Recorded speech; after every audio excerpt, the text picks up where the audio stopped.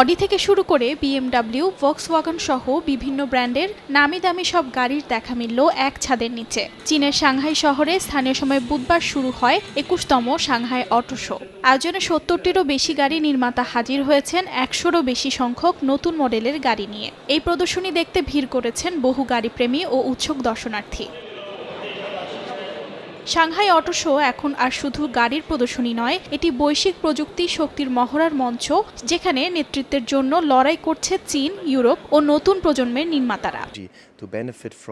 আপনি নিশ্চয়ই দেখছেন, চীনের বাজার প্রযুক্তির জন্য অত্যন্ত সহায়ক। আমরা এখানে বহু বছর ধরে আছি। এই বাজারে আমাদের অবস্থান খুবই শক্ত। আমাদের রয়েছে গভীর স্থানীয় জ্ঞান, যেটা কাজে লাগিয়ে আমরা ব্যবসা বড় পরিসরে প্রসারিত করতে পারি এবং একই সঙ্গে এই অভিজ্ঞতা আমাদের বৈশ্বিক কার্যক্রমেও কাজে লাগাতে পারি।